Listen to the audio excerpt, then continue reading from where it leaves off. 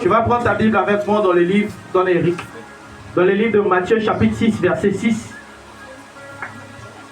Matthieu chapitre 6, verset 6. Et nous allons lire le premier texte. Matthieu chapitre 6, on se tient tous debout pour la première lecture.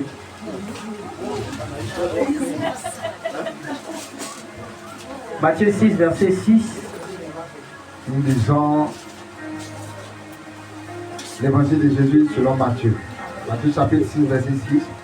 Mais quand tu pries, entre dans ta chambre. Ferme ta porte. Et prie ton Père. Qui est là dans le lieu secret. Et ton Père. Qui voit dans le lieu secret. Te le rendra. Alléluia. On va prendre encore Philippiens chapitre 4, verset 6. Philippiens chapitre 4, verset 6. Verset 6 à 7. Ne vous inquiétez de rien. Mais en toute chose, faites connaître vos besoins à Dieu. Par des prières. Et des supplications. Avec des actions de grâce. Et la paix de Dieu. Qui surpasse toute intelligence. Gardera vos cœurs. Et vos pensées en Jésus-Christ. Alléluia. Tu peux acclamer la parole de Dieu pendant que tu t'assois. Gloire à Jésus. Dis avec moi la prière. Dis encore la prière. Alléluia. Comme je l'ai dit depuis le dimanche passé, de la même manière, donc, un chrétien, ou du moins un être vivant, peut vivre en respirant. C'est de cette même manière, un chrétien doit prier. Alléluia. La prière n'est pas quelque chose de... C'est pas optionnel. Alléluia. Et j'ai dit même le dimanche passé, j'ai dit un chrétien qui prie minimum qui fait 1 heure de prière, ou du moins qui ne fait pas 1 heure de prière, c'est un chrétien faible. Alléluia. Parce que tu n'as pas idée des choses qu'on peut rencontrer dehors. Tu n'as pas idée des choses qui peuvent t'arriver dehors. Il y a tellement de choses qui se passent, que ce soit dans le dehors comme dans le dedans, que si tu ne pries pas, tu ne peux pas vivre, tu ne peux pas survivre longtemps. Alléluia. Ou du moins ta vie spirituelle ne pourra pas survivre longtemps. Alléluia. Et aujourd'hui, je voudrais approfondir encore plus en ce qui concerne la prière. Je me rappelle, il y a quelque temps de cela, on a eu à prier, on a eu à parler aussi de la prière. Et j'ai dit une chose. J'ai dit qu'il y a 2 types de prières. Alléluia. Il y a 2 types de prières. La première, ou du moins le premier type de prière, c'est la prière verticale. Alléluia. Et le deuxième type de prière, c'est la prière horizontale. Dis avec moi la prière verticale et la prière horizontale. Alléluia. Si tu comprends déjà ces 2 principes, quand on va finir ici, et puis tu vas rentrer à la maison, ta vie de prière va changer. Il y a certaines choses que tu vas pouvoir voir dans ta vie. Alléluia. J'avais parlé de la prière horizontale et la prière verticale. Mais en ce qui concerne les 2 choses, la plus importante, c'est la prière verticale. Alléluia. Parce que la prière verticale, c'est la prière qui te donne d'avoir une relation directe avec le Seigneur. Alléluia. Amen. Si ta relation n'est pas propre avec le Seigneur, si ton équilibre n'est pas parfait avec le Seigneur, c'est sûr que ta prière horizontale, qui est la prière face à certains problèmes, ne sera pas efficace. Alléluia. La prière verticale, c'est la prière qui monte vers le Père. La Bible déclare ceci. Jésus, lorsqu'il arrivait devant le tombeau pour ressusciter Lazare, il a commencé à parler à Dieu premièrement. Et il dit à son Père, il dit, pour ma part, moi je sais que tu m'exauces toujours. Parce qu'il a confiance à sa prière verticale. Il sait qu'en ce qui concerne sa prière verticale, le Seigneur est d'accord avec lui. Parce qu'il n'y a rien qui peut le disqualifier devant le Seigneur. Il est toujours opérationnel devant le Seigneur. Et il dit ceci, il dit, pour ma part, tu m'exauces toujours. Mais à cause des gens qui nous regardent, c'est la raison pour laquelle je lève la voix vers toi. Et maintenant, qu'est-ce qu'il fait? Il regarde le tombeau et il commande. Il dit, Lazare, sors. Ce qu'il vient de faire, c'est ce qu'on appelle la prière horizontale. Parce que c'est la prière qui touche à tout ce qui est dans son univers immédiat. Comment? Est-ce que j'ai parlé de Luc? J'ai parlé de Philippiens. Philippiens 4, 6, Matthieu 6. À la partie de j'ai pas noté ça. Hein. Donc, fais sortir le passage pour elle, avec Lazare. Avec Lazare. Avec Lazare. Regardez, suivez les enfants, ils sont tous s'amuser avec la lumière. Il va te donner la référence après. Alléluia. Donc, voici ce qui se passe. Jésus parle d'abord à son Père et par la suite, il parle au problème. Alléluia. Le problème, c'est qu'on parle généralement au problème sans avoir parlé à notre Père. Et bien souvent, lorsqu'on parle à notre Père, on vient lui expliquer le problème. Alléluia. Donc toujours Matthieu chapitre 6, à partir du verset 6 pour descendre, lorsque Jésus parle à ses disciples, il leur dit ceci. Il dit, ne multipliez pas de vaines paroles pendant que vous priez. Ça, ce sont les païens qui le font, en pensant que c'est en multipliant les vaines paroles que le Seigneur va les exaucer. Le Seigneur sait de quoi vous avez besoin. Alléluia. Si le Seigneur sait de quoi nous avons besoin, pourquoi il exige qu'on puisse prier?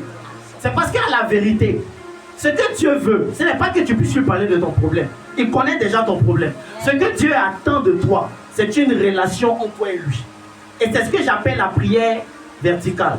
La prière verticale assure une relation entre toi et le Père. À la vérité, quand ta relation entre toi et le Père est impeccable, je t'assure que tu ne fourniras pas beaucoup d'efforts pour prier par rapport à certaines situations. Alléluia. Ce que Dieu recherche premièrement dans ta prière verticale, c'est une intimité. Dis avec moi intimité. Dis encore intimité. Alléluia. Donc ce que Dieu recherche premièrement dans ta prière verticale, c'est ce qu'on appelle l'intimité. Et c'est la raison pour laquelle, lorsque Jésus apprend maintenant à ses disciples comment prier, il dit quand tu pries, entre où ça? Dans ta chambre. Dis avec moi dans ta chambre. Dans ta chambre. Alléluia. Jésus dit entre dans ta chambre.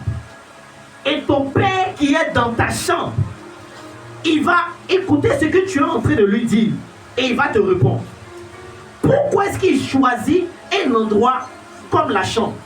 À la vérité, nous qui avons grandi avec les enfants, avec une famille nombreuse, tu ne peux pas dire que tu as prié dans la chambre.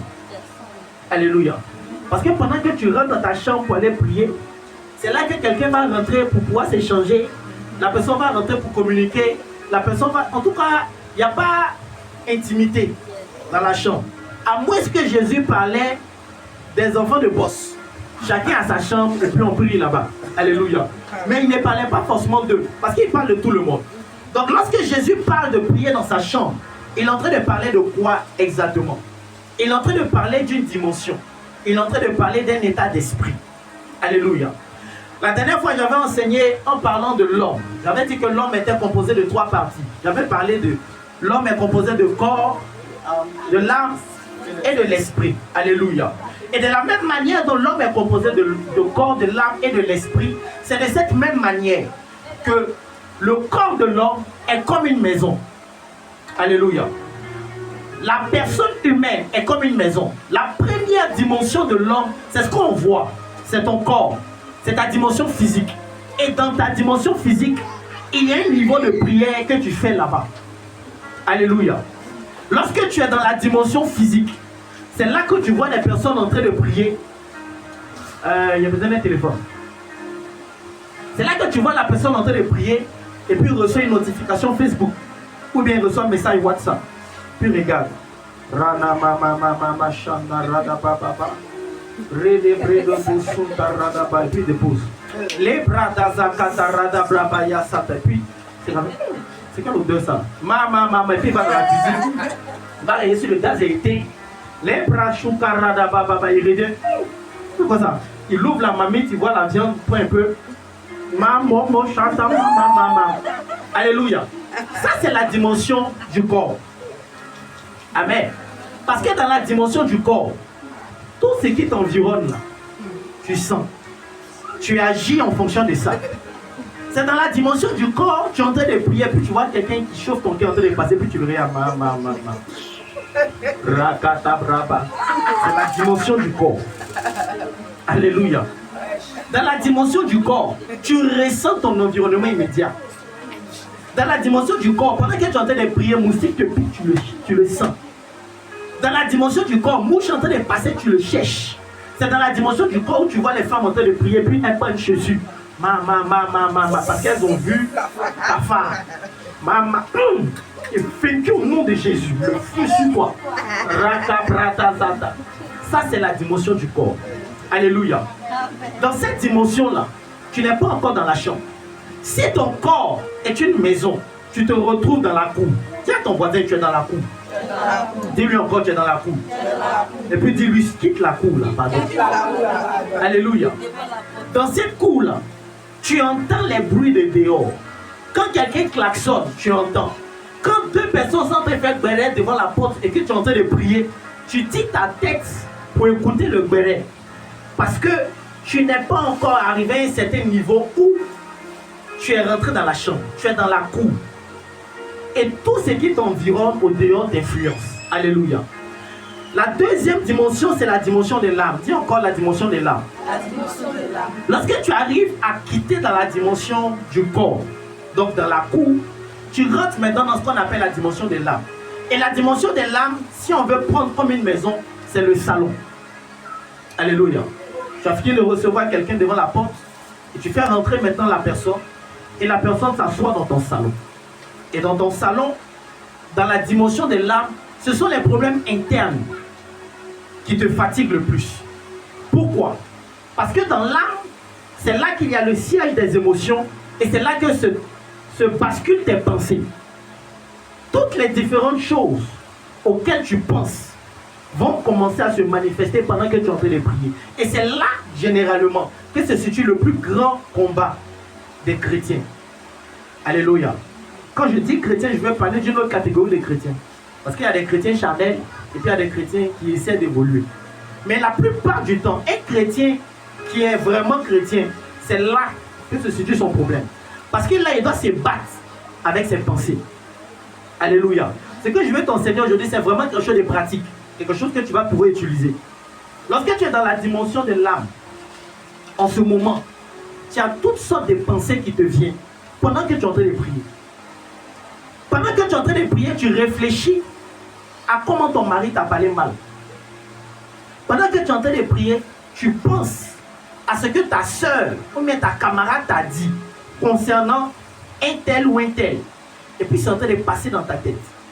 Certains même, pendant même que tu es en train de prier, tu te rappelles d'une position bizarre dans laquelle tu étais avant-hier. Et puis tu es en train de prier avec ça.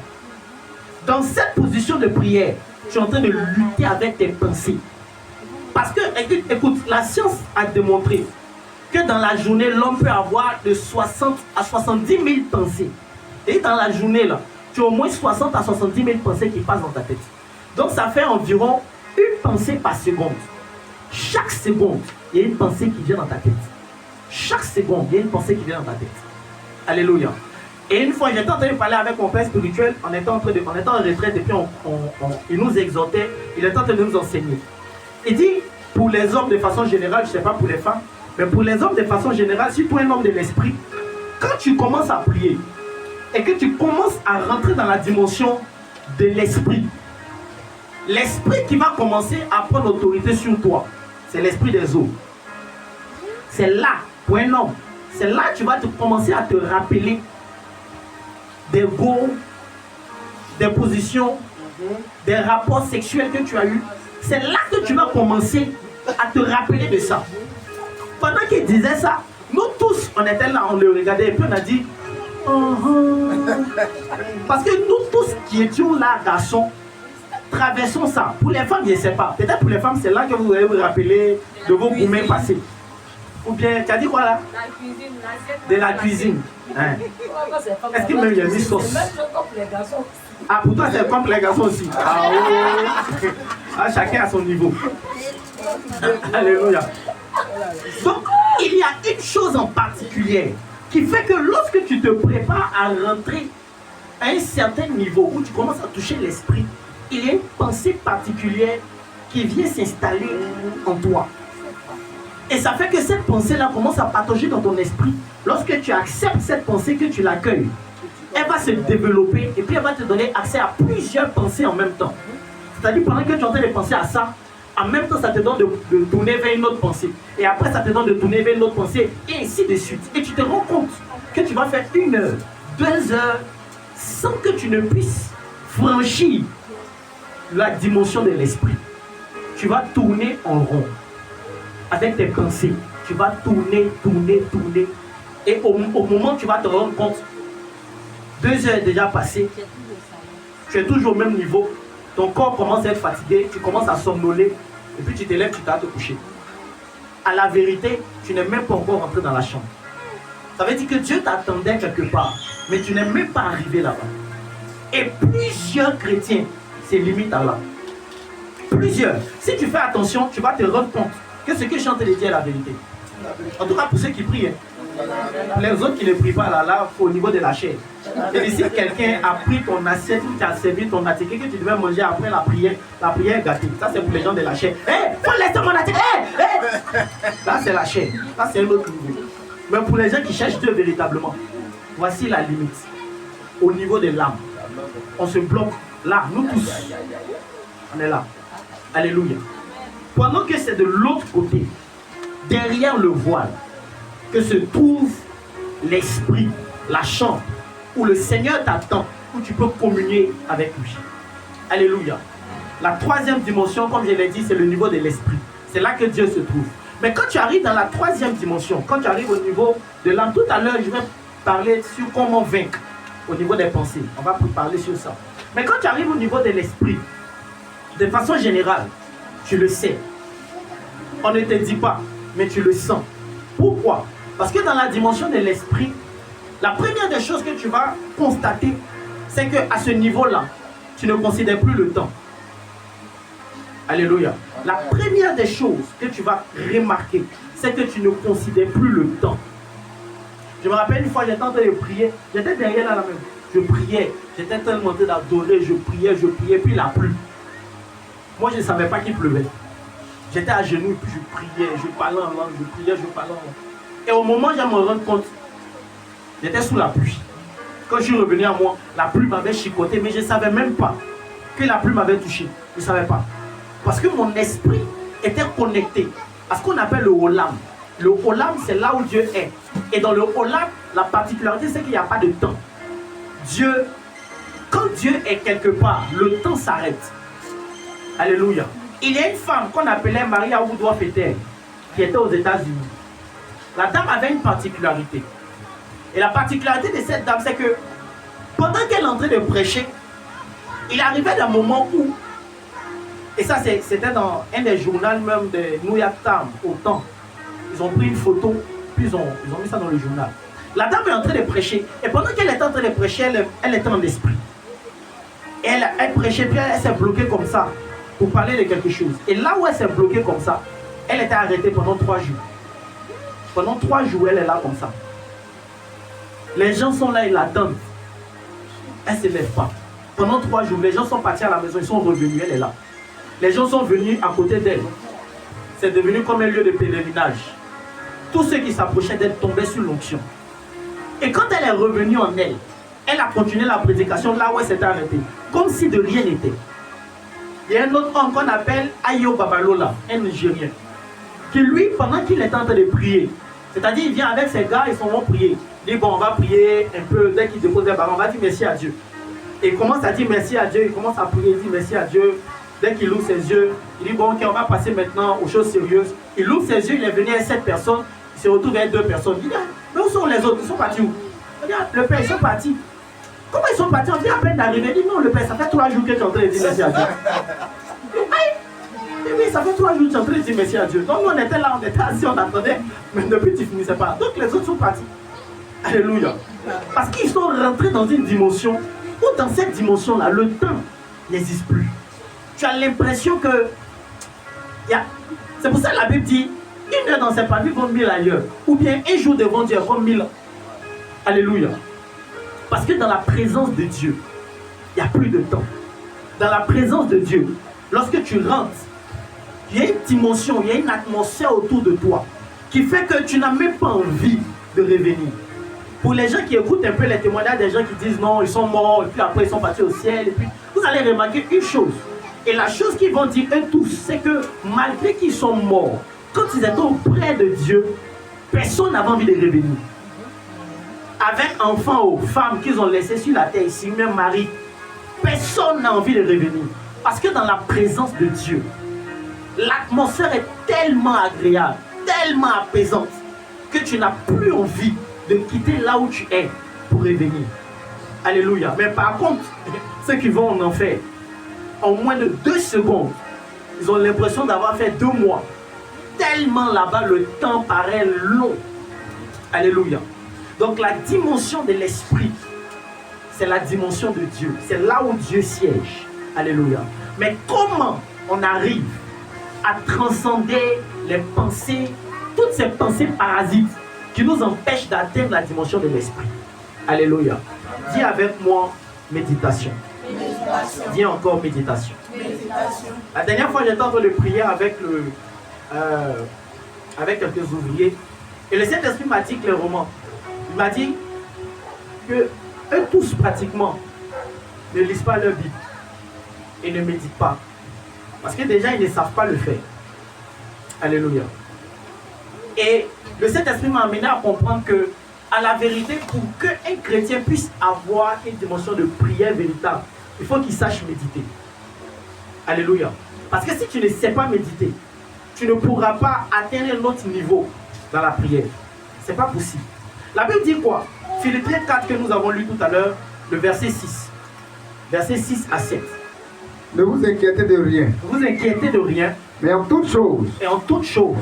Faites connaître vos besoins à Dieu. Faites connaître vos besoins à Dieu. Par des prières. Par des prières. Et des supplications. Et des supplications. Avec des actions de grâce. Avec des actions de grâce. Continue. Et la paix de Dieu. Et la paix de Dieu. Qui surpasse toute intelligence. Qui surpasse toute intelligence. Gardera vos cœurs. Gardera vos cœurs. Et vos pensées en Jésus-Christ. Et vos pensées en Jésus-Christ. Alléluia. Donc voici ce que Paul dit. Il dit que quand tu as des besoins, fais connaître tes besoins à Dieu. Alléluia. Maintenant, quand tu vas finir de faire connaître tes besoins à Dieu, Dieu ne va pas te répondre. Dieu ne va pas te répondre. Ce que Dieu va faire, c'est qu'il va te faire parvenir sa paix. Parce que je t'assure d'une chose, Dieu ne t'exaucera pas en dehors d'une atmosphère de paix que lui-même a créée dans ta vie. Non. C'est comme une personne qui est en train de se noyer. Tu es dans l'eau, puis tu te noies. Et puis il y a un maître nageur qui est là. Ce que tu vas constater, c'est que le maître nageur ne va pas plonger directement pour te sauver. Ou bien même s'il a plongé, avant de s'approcher de toi, il va se mettre un peu à l'écart. Je le dis parce que j'ai expérimenté ça. J'ai fait me noyer une fois à la piscine.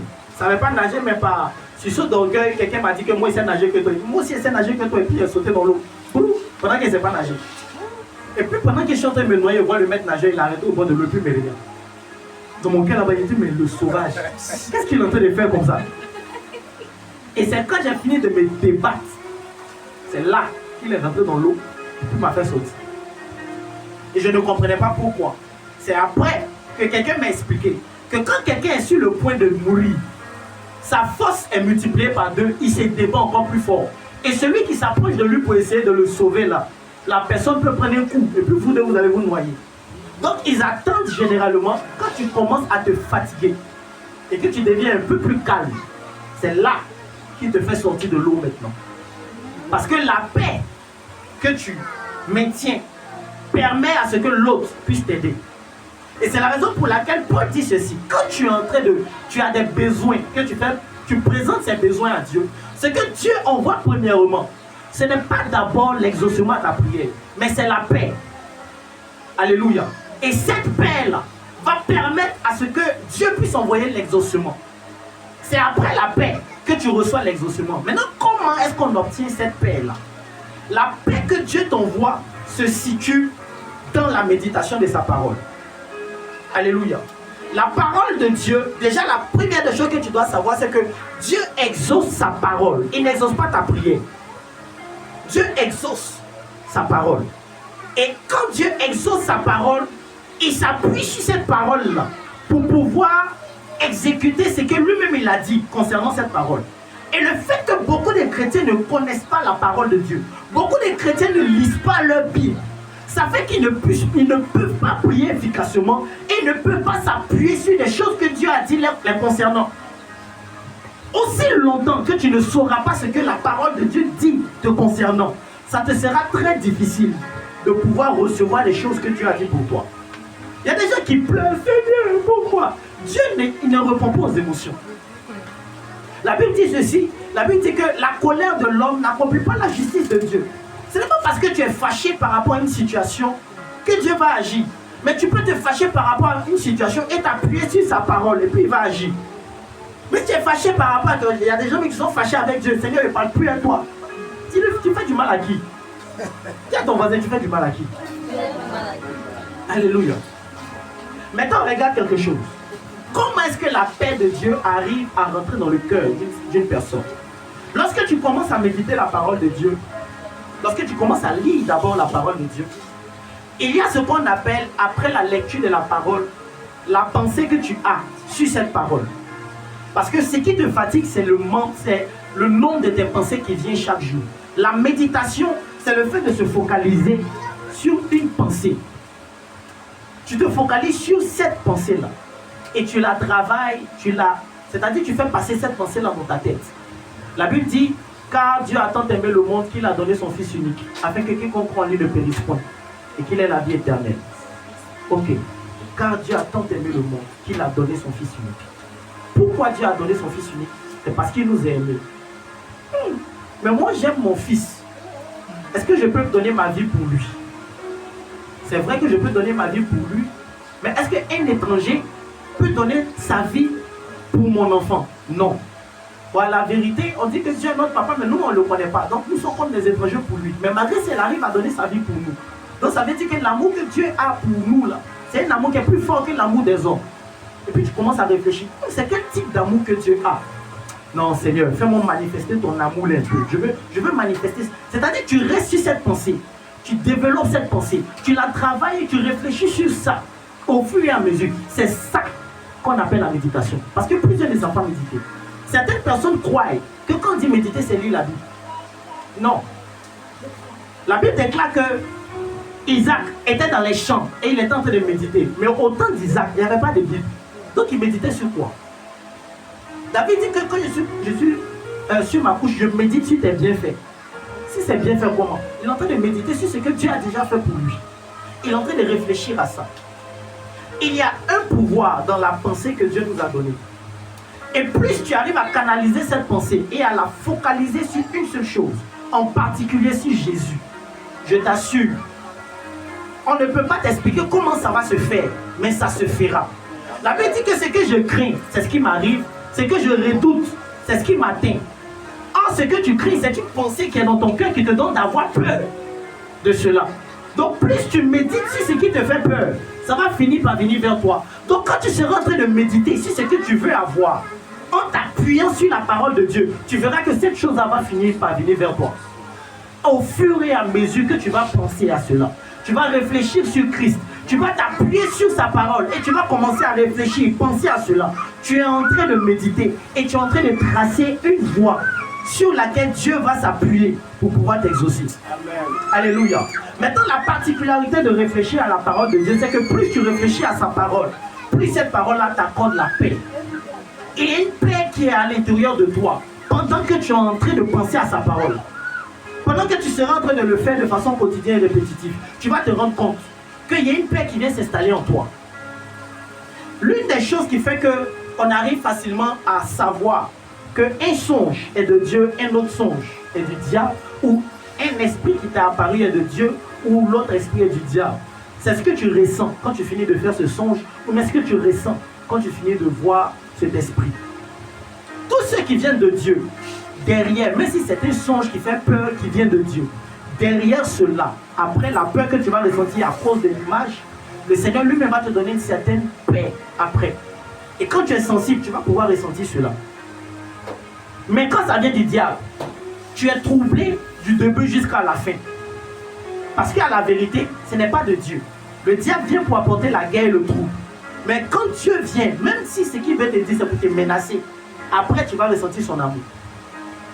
Il y a quelques jours de cela, on est en train de traverser une période assez compliquée.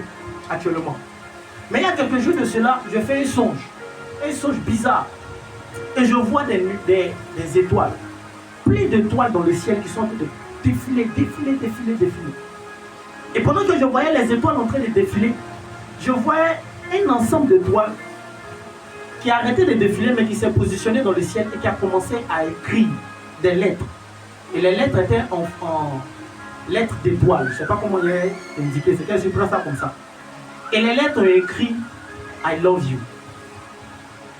Et quand j'ai regardé, j'ai vu I love you. Et dans le songe, j'ai répété I love you too. Alléluia. Mais à la base, le songe n'était pas vraiment quelque chose de très bien. Mais j'ai vu dans le ciel un mot qui veut dire je t'aime. Et quand je me suis réveillé, j'étais en paix.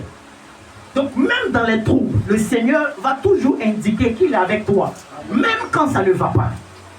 La paix que tu ressens, c'est la paix que Jésus avait pendant qu'il était dans la barque. La Bible déclare que le vent soufflait. Il y avait les flots qui descendaient dans le bateau. Mais malgré ça, Jésus dormait. À ton avis, Jésus savait qu'il avait la tempête ou bien il ne savait pas? Moi, je crois qu'il savait. Parce qu'il est Dieu, donc il sait toutes choses. Mais comment se fait-il que lui dort? Parce qu'au-delà du fait que les flots sont en train de bouger, il sait qui a créé ça. Il connaît le propriétaire. Il sait que les flots ne peuvent pas le submerger. Et c'est ce que la Bible dit dans le livre de Psaumes. Il dit les flots ne te submergeront pas. Donc sachant cela, il se couche et il s'endort paisiblement. Parce qu'il connaît la parole qui lui avait été dédiée. Lorsque tu connais la parole qui t'est dédiée, il y a des choses que tu ne doutes pas par rapport à ça. Parce que tu t'appuies sur cette parole. Et puis tu répètes cette parole. Tu la déclares, tu la confesses. Et puisque cette parole avait déjà fait un trottoir dans tes pensées, le Seigneur vient sur cette parole et puis il agit. Souvent, je me retrouve dans un véhicule. Et puis le véhicule, le chauffeur roule mal. Ça tourne ici, ça rentre ici, ça. Et souvent, quand je commence à avoir peur, de façon générale, la peur que j'ai, c'est pour les gens avec qui je suis. Oui, j'ai peur pour eux. Parce que je ne sais pas s'ils ont le même niveau de paix que moi. Moi, je sais ce que le Seigneur a dit me concernant. Et je n'ai même pas encore commencé pour dire qu'il a mouru maintenant. Non, je n'ai même pas encore commencé pour dire qu'il a mouru maintenant. Le diable peut se déchaîner par rapport à certaines choses. Tout ce qu'il peut essayer de faire, c'est d'essayer de te retarder. En emmenant des choses que tu vas faire et puis ça va te dévier et ainsi de suite. Mais à la vérité, il ne peut pas empêcher ce que le Seigneur a prévu pour toi. Pourquoi est-ce qu'il ne pourra pas empêcher? Parce que quand tu sais cela et que tu appuies cela sur la parole de Dieu et que tu la médites chaque jour, ça devient comme une forteresse dans ton esprit. Ça devient positionné en toi. Le diable ne peut pas enlever ça. Alléluia. Donc il y a des choses, quand tu apprends à méditer sur ça, la paix de Dieu commence à s'installer en toi. Et parce que la paix de Dieu commence à s'installer en toi, le Seigneur agit. Amen. Alléluia. Amen. Comment est-ce que le diable arrive à avoir certaines personnes? Ou bien comment est-ce qu'un sorcier arrive à avoir certaines personnes? C'est par la peur. Quand il arrive et qu'il arrive à te troubler, il arrive à t'effrayer, il faut savoir qu'il a pris le dessus sur toi. Parce qu'il a pu t'effrayer, automatiquement il a pris le dessus sur toi. Alléluia. Mais quand malgré qu'il essaie de faire les choses, tu es calme, tu es tranquille, parce que tu sais sur quoi tu as mis ton pied. Il va essayer, mais il ne pourra pas. Parce que déjà l'aspect que tu as, la sérénité que tu as, empêche qu'il puisse toucher à ton âme, empêche qu'il puisse faire quoi que ce soit pour toi. Je prie dans le nom de Jésus, que la paix de l'Éternel demeure dans ton cœur dans le nom puissant de Jésus. Que rien ne puisse ébranler ta foi, que rien ne puisse ébranler ta quiétude dans le nom puissant de Jésus-Christ de Nazareth. Alléluia. Dis avec moi la paix de l'Éternel. Dis encore la paix de l'Éternel.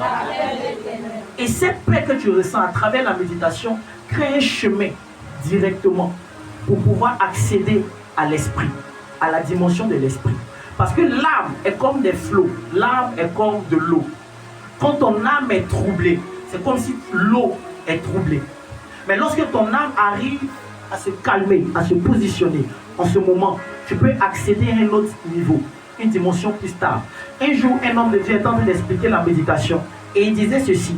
Il dit, l'âme, qui est le siège de nos pensées, sont comme de l'eau. Maintenant, quand tu prends de l'eau, quand tu prends par exemple, tu es au niveau, tu prends une bassine ou bien tu es au niveau d'une lagune, mais quoi que ce soit. Et puis, quand tu te penches, tu peux voir ton reflet. Alléluia. Mais quand tu prends une pierre, et puis tu jettes la pierre dans l'eau, qu'est-ce qui se passe? L'eau agitée, tu ne pourras plus voir ton reflet. Alléluia. De la même manière dont tu ne peux plus voir ton reflet, c'est de cette même manière que tu ne peux pas voir véritablement ce que Dieu a prévu pour toi. Tu ne peux pas voir les grâces de l'Éternel pour toi, parce que l'eau est agitée. Or, l'eau, c'est ton âme. Mais la méditation donne à ton âme d'être calme. Et quand tu te regardes, tu peux voir clairement les choses que Dieu a prévu faire pour toi. Parce que ce que tu vois à travers ton âme, l'image que tu vois, c'est ton esprit. Et c'est cet esprit-là qui ressemble à Dieu. C'est cet esprit-là qui a été créé à la même image que Dieu. Alléluia. Donc quand tu arrives à accéder à ce niveau-là, tu accèdes directement à Dieu. Alléluia. Le deuxième des moyens qui donne à une personne de pouvoir accéder à Dieu plus facilement, c'est l'adoration. Dis avec moi l'adoration. L'adoration est le deuxième moyen, en dehors de la méditation. L'adoration est le deuxième moyen qui te donne d'accéder à Dieu plus facilement. Écoute-moi. Lorsqu'une personne arrive à accéder au niveau de l'esprit, je t'assure d'une chose. C'est difficile de demander à Dieu lorsque tu atteins ce niveau. C'est très difficile. La seule chose que tu as la capacité de faire véritablement lorsque tu te retrouves devant le trône de Dieu, c'est l'adorer. Si tout de suite Jésus t'apparaît, peut-être que tu te dis, non, si tout de suite Jésus t'apparaît, tu dis, non Seigneur, mon travail, mon mariage, mon enfantement et mon voyage, tu penses que tu vas dire tout ça là. Je t'assure, tu ne pourras pas dire. Tu ne pourras pas dire tout ce que tu as prévu là, tu ne pourras pas. La seule chose que tu pourras faire, à cause de sa présence, c'est l'adorer. Quand la Bible dit qu'il est digne d'adoration, ce n'est pas du genre, non, on est contraint de l'adorer. Écoute, si Jésus apparaît devant Satan, Satan va plier les genoux. Et il va commencer à l'adorer. Pourquoi? Parce que ce qu'il transporte, ce qu'il est et ce qu'il a, est digne de l'adorer. Il est obligé de s'humilier pour commencer à l'adorer. Parce que Dieu est tellement Dieu que tout ce qu'un homme peut faire devant lui, c'est l'adorer. C'est la raison pour laquelle ceux qui sont plus grands dans le ciel, ce sont les adorateurs. Alléluia. Ceux qui sont plus grands, ce ne sont pas les gens qui prient beaucoup. Ceux qui sont plus grands dans le ciel, ce ne sont pas les gens qui intercèdent beaucoup. Non. Ceux qui sont plus grands dans le ciel, ce sont ceux qui adorent le Seigneur. Parce que c'est eux que lui cherche. La Bible déclare que Dieu cherche des vrais adorateurs. Et d'ailleurs, pour pouvoir l'adorer, il faut que tu atteignes le niveau de l'esprit. C'est pour cela que la Bible dit ceci. Dieu est esprit. Et ceux qui l'adorent doivent l'adorer en esprit et en vérité. À la vérité, les chansons qu'on entend faire ici, les gens qui pleurent pendant qu'on entend. À la vérité, vous n'adorez pas encore. Alors je t'assure, tu n'es même pas encore en train d'adorer. Pour l'instant, tu es ému. Tu es juste ému, tu as la chair de poule. Souvent, ça peut se transformer en gale. Mais tu n'as pas encore. Quand tu commences à rentrer dans la dimension de l'adoration, c'est-à-dire, là où tu commences à rentrer dans cette dimension, tu peux t'évanouir, et puis tu ne parles plus, tu es là, tu es couché comme ça. Tout ton corps commence à vibrer, commence à trembler, tes larmes coulent, morts sortent, crachats, tout est mélangé. Tu ne sais pas ce qui se passe. Ta bouche même ne parle plus. Parce que tout ce que tu peux dire, peut-être c'est une seule chose. Tu vas choisir parmi les différentes qualifications qu'on donne dans le ciel. Tu vas choisir un, et puis c'est ce que tu vas répéter. Ceux qui sont devant le trône de Dieu ont choisi une chose. Saint, Saint, Saint est l'Éternel. C'est tout ce qu'ils peuvent dire. Parce que quand on est devant lui là, soit c'est les gestes, soit c'est une seule parole qui sort. Les 24 vieillards déposent leur couronne. Les 4 êtres vivants disent il est saint. Tu peux pas dire autre chose. Tu peux pas être devant le trône de Dieu. Et puis tu as dit non Seigneur, tu sais mon travail là c'est un peu compliqué. 2 jours là mon mari est devenu compliqué. Tu ne peux pas. Ça ne peut pas sortir. Ça ne peut pas. C'est pas possible. Quand tu atteins ce niveau là, que tu rentres dans la dimension où Dieu est, la seule chose que tu peux faire c'est l'adorer. La seule chose que tu peux faire c'est l'adorer. Certaines personnes ont atteint ce niveau là. Et elles se sont rendues compte qu'elles sont revenues, elles ont commencé à sentir un parfum autour d'eux. Tu sais un parfum, tu ne sais pas, est-ce qu'il y a quelqu'un qui a mis le parfum, est-ce qu'il y a quelqu'un qui sait pas. Mais quand tu sens le parfum, tu sais que ça, la langue ne peut pas créer ça. Il y a des choses que tu commences à sentir, il y a des choses que tu commences à percevoir dans cette adoration. C'est tellement extraordinaire, c'est tellement merveilleux. Écoute, je ne sais pas comment y t'expliquer, je ne sais pas comment te dire, mais essaie d'expérimenter ça. Je t'assure que quand tu vas sortir de là une seule fois, tu ne vas même plus demander quelque chose à Dieu. Tu ne vas plus lui demander quelque chose. Tout ce que tu vas vouloir faire, c'est de pouvoir être seulement dans sa présence. Certaines personnes sont rentrées dans sa présence. Elles sont sorties avec une seule chanson. Mais la chanson a traversé des époques, des siècles. Il y a des chansons même qu'on chante jusqu'à présent, on ne sait pas qui a écrit, on ne sait pas qui a créé. Mais la chanson a son effet jusqu'à présent. Quand tu entends par exemple la chanson qui dit Alléluia, cette chanson, jusqu'à présent, elle a un effet. La personne qui a écrit cette chanson, enfin, c'est juste Alléluia.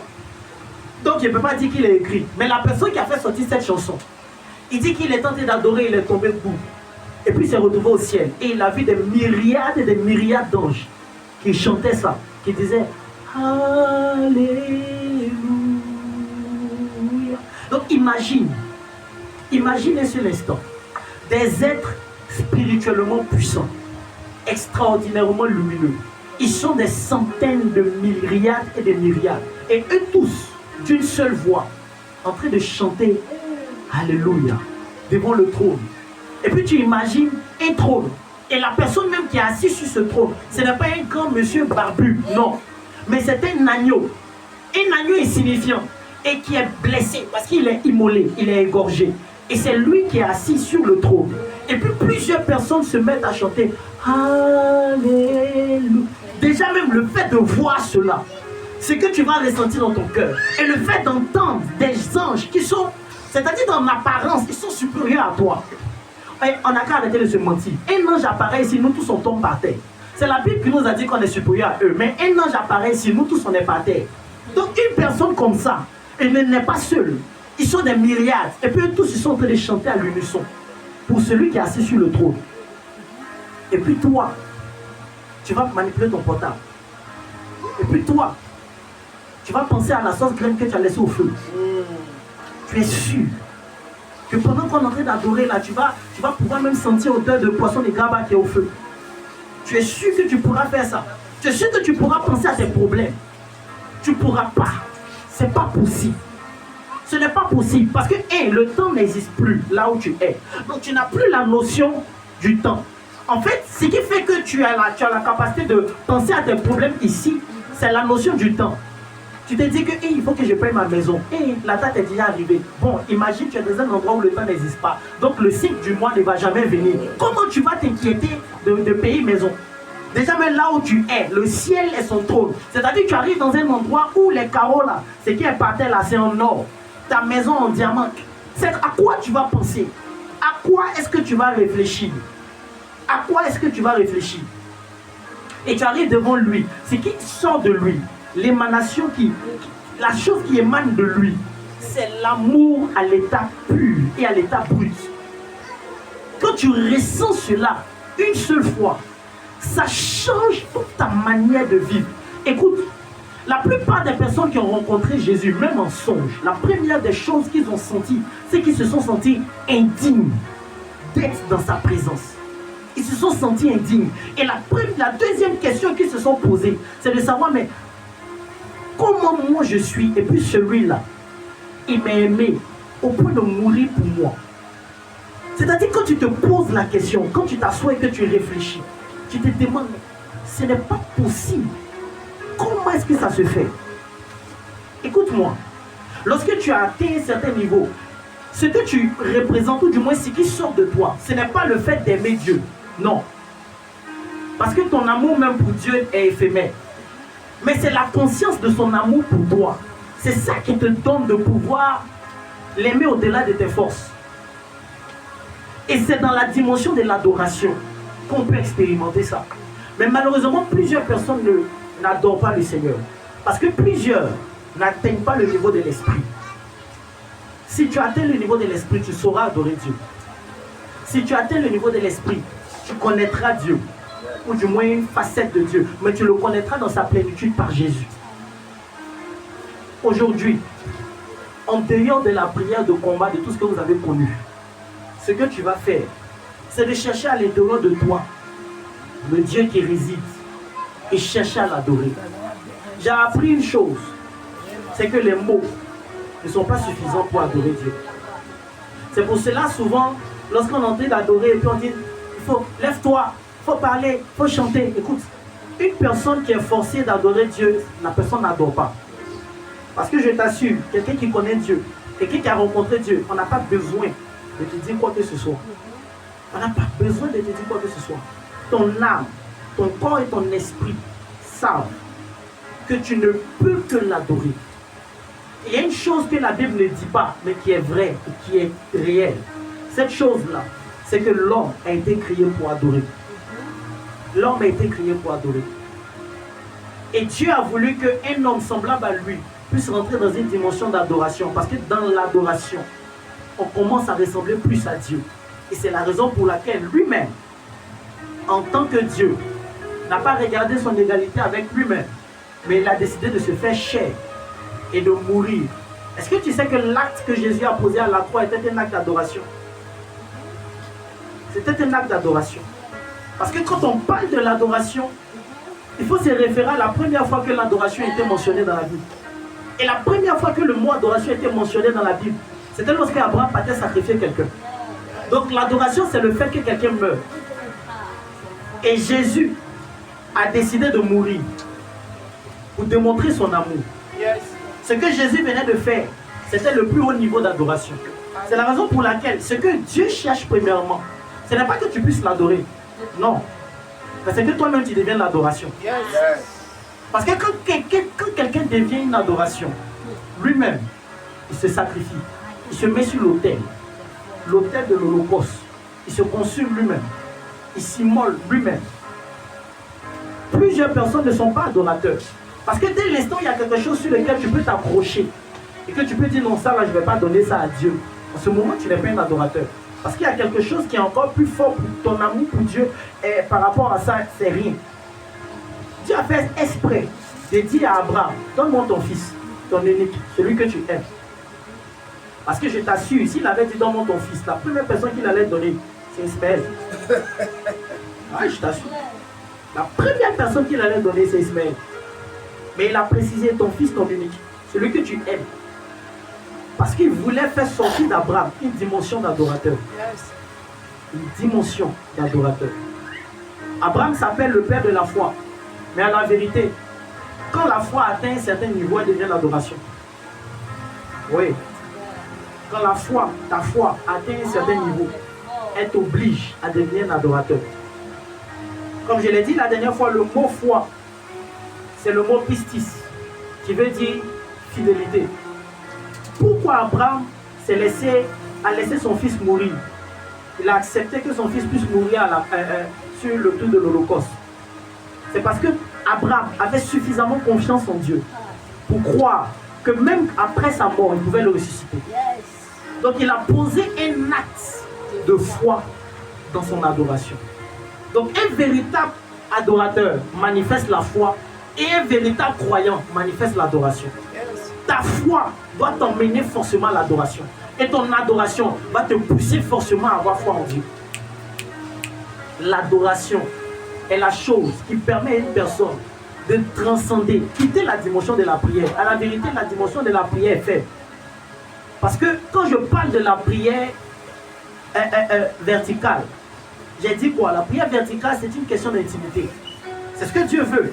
Parce qu'il sait de quoi déjà tu as besoin. Donc pourquoi il veut que tu pries? C'est pour qu'il y ait intimité. Et si tu fais attention, tu vas te rendre compte que Jésus donne l'image de la chambre. Dans la chambre là, c'est là-bas qu'on fait l'intimité. C'est vrai que c'est là-bas que tu dors, c'est là-bas que tu t'habilles. Mais un homme marié et sa femme, quand ils sont dans la chambre, il y a ce qu'on appelle l'intimité qu'ils font là-bas. Et l'adoration, le mot adoration vient du mot yada. Tiens avec moi yada. Le mot yada signifie connaître, mais à travers les rapports sexuels. En fait, c'est la seule explication qu'on peut donner à ce mot-là pour pouvoir comprendre de façon humaine. Donc, lorsque Jésus parle de rentrer dans sa chambre, il est en train de parler d'avoir une intimité avec Dieu. Une intimité qui est semblable à une relation sexuelle. Mais à la vérité, cette intimité dont il parle là, c'est une adoration. Tu veux être un prieur, apprends à adorer Dieu. Tu veux rencontrer Dieu, apprends à l'adorer. Tu veux connaître Dieu. On ne peut pas connaître quelqu'un parfaitement si tu n'as pas connu la personne véritablement dans une autre dimension. Je peux dire que je connais mon épouse parce qu'on s'est connu véritablement. Et quand Dieu te connaît, ce qui est explicable humainement, c'est cette relation-là, cette fusion qu'il y a entre vous deux. Et quand c'est comme ça, tu le connais, il te connaît. Il vit en toi et toi tu vis en lui. Parce que vous deux, vous ne formez qu'un. Et c'est à travers l'adoration. Est-ce que quelqu'un a envie de devenir un vrai adorateur? Lorsque quelqu'un veut atteindre un certain niveau avec Dieu, qu'il devienne un adorateur.